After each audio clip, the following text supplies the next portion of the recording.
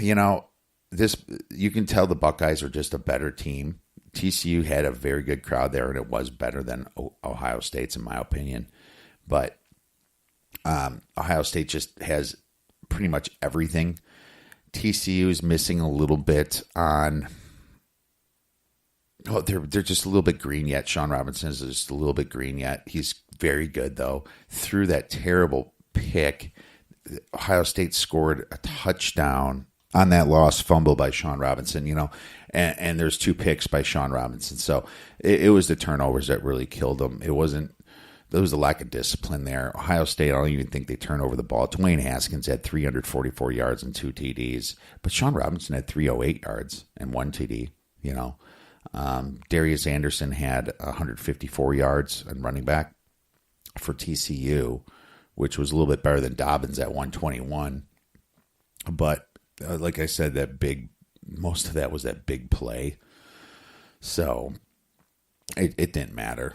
But you could tell at halftime, and whenever you do that is when you want to buy back. ASU versus San Diego State. I really wanted to talk about this one. I took San Diego State last night as a premium play, and it worked out well. I took the money line in San Diego State. They're +5. It was a big letdown spot for ASU. Face it, they beat Michigan State at home. You got to bet those letdown spots, especially when they're traveling. The last few minutes of the game had the 2 worst targeting and spearing defensive plays called. Well, 2 of the worst I've seen. I mean, they're just as bad as anything else I've ever seen, and they're reversed back to normal. I'm like, you reverse those back to normal, and I've seen much less not get reversed to normal. I didn't understand that. I think ASU fans are still questioning that one at the very end when they almost scored that touchdown. But they also just got away with one about a minute and a half before. So I've never seen so many obvious targeting calls get reversed. So now I don't even understand what targeting is now. I don't know what it is because both guys' heads were down, spearing, launching in the air, hitting these guys. And I think part of their helmets hit them. It wasn't just the shoulder pads, but it was just very strange. So I'm very curious about that. This is just kind of goes back to my complaining about the inconsistency in football. Let's get right into our Big Ten power ratings. Ohio State. I'm keeping them right at 25.5. They were very close to the spread, just under it. ESPN downgrades them a little bit at 26. Team rankings at 25.5.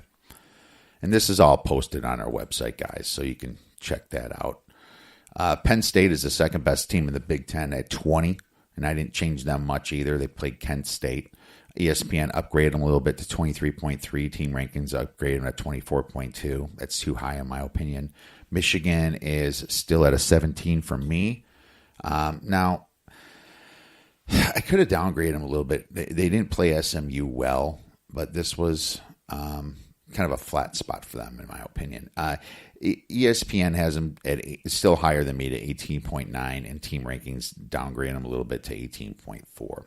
So I have Michigan better than Wisconsin here. I downgraded Wisconsin a lot, 3 points, losing at home to BYU, looking vanilla, like I said before. Wisconsin is about 16 points better than the average team.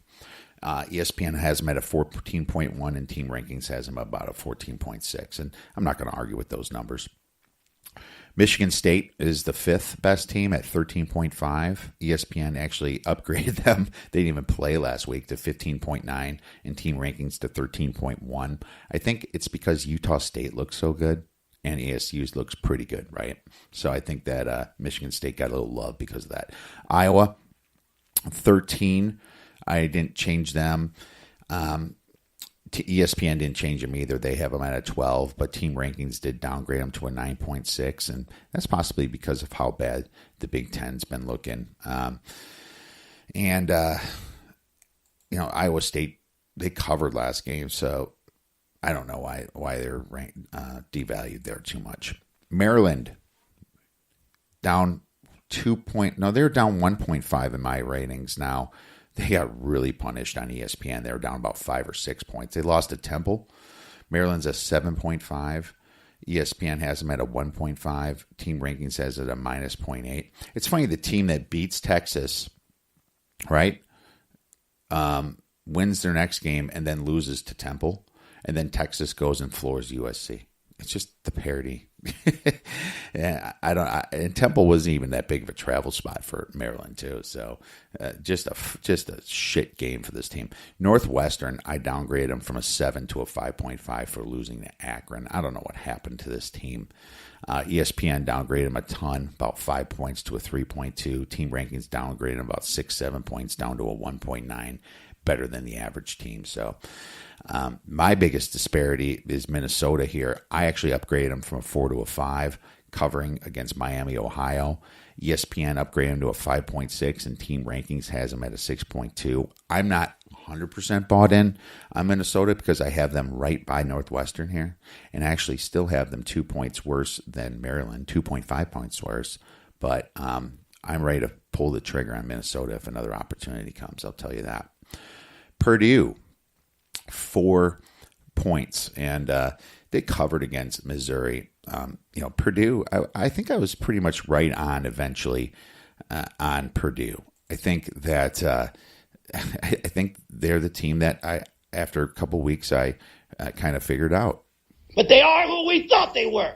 And that's why I did not move them. So ESPN didn't move them either. They have them at a 1.2. Team Rankings actually slightly downgrades them from negative 0.1 to negative 0.6, whatever.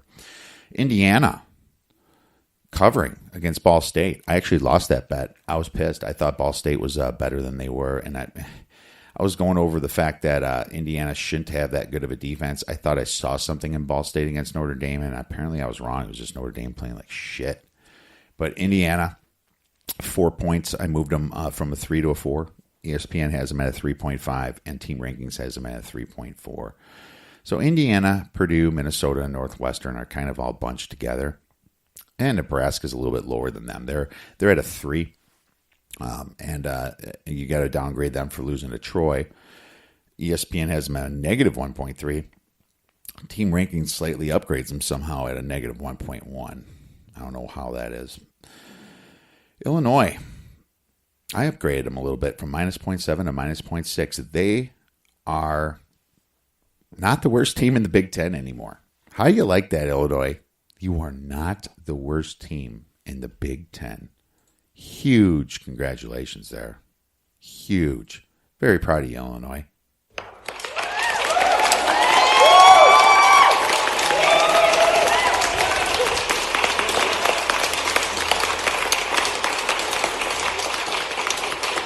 But you still suck. Rutgers, minus 8. They got their asses kicked by Kansas, and now they are the worst team in the Big Ten. ESPN has them at a minus 9.8, and Team Rankings has a minus 12.1. Real quick back on Illinois, they played South Florida very well.